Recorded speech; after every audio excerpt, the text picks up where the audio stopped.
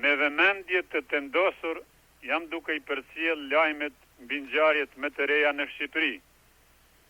Se në Shqipëri po ngjet historia, në kuptimin e saj më të lartë, më krijues dhe më premtues. Jam I gëzuar, por njëkohësisht jam I brengosur. Jam I gëzuar sepse këto ngjarje dëshmojnë se Shqipëria do të rindërtohet si shoqëri demokratike. Me lejimin e formimit të partive të pavarura politike, fillon një epokë e re historike për Shqipërinë.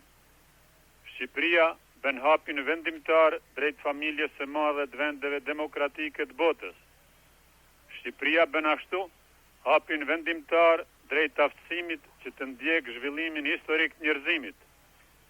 Gazhnimi I demokracisë në Shqipëri ka domethënie të madhe historike jo vetëm për popullin shqiptar në Shqipëri, por edhe për popullin shqiptar në Jugosllavi, edhe për shqiptarët e shpërndarë në botë përgjithsisht. Gëzimin për fillimin e rindërtimit demokratik të Shqipërisë, ma shqetësojnë ndërkaq brengosjet për shkak të papriturave të padëshiruara. Në kthesat historike, çfarë është kjo tani në Shqipëri, janë të mundshme edhe të papritura, që mund të jenë trenda apo edhe tragjike.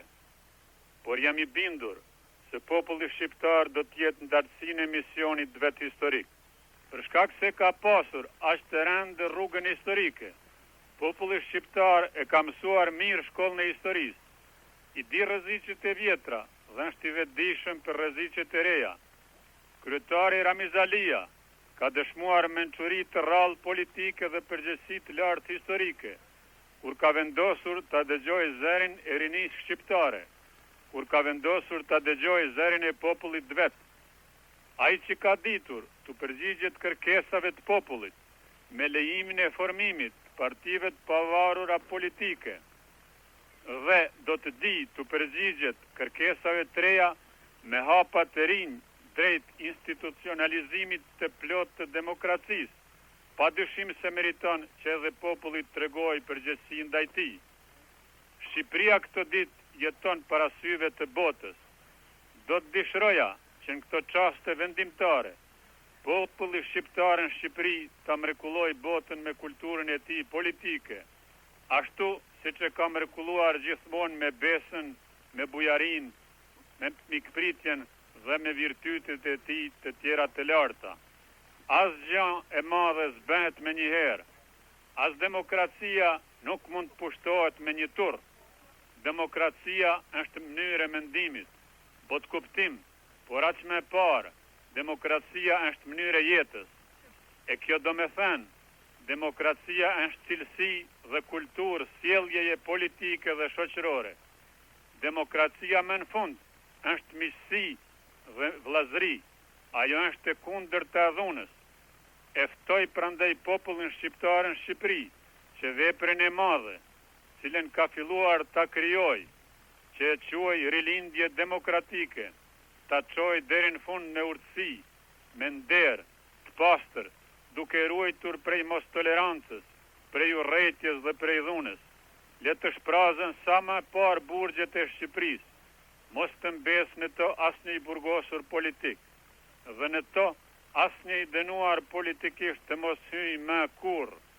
Ku ka demokraci, s'ka të burgosur politik. Ku ka demokraci, s'ka emigranta politik. Në spitalet e Shqipërisë, le të mos dëgjohet rënkimi I të plagosurve. Në spitalet e Shqipërisë, le të dëgjohet vetëm zëri I foshnjave të posalindura, që do ta gëzojnë jetën në Shqipërinë e lirë dhe demokratike.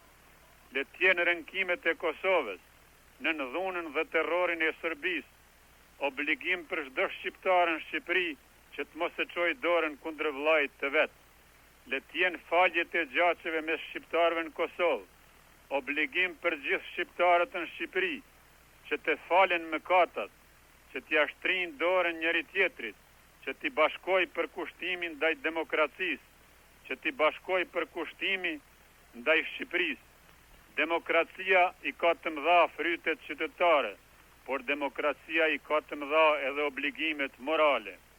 Shqipërinë do të mund ta bëjnë vërtet demokratike, vetëm duke qenë shqiptarët të pajtuar dhe të bashkuar.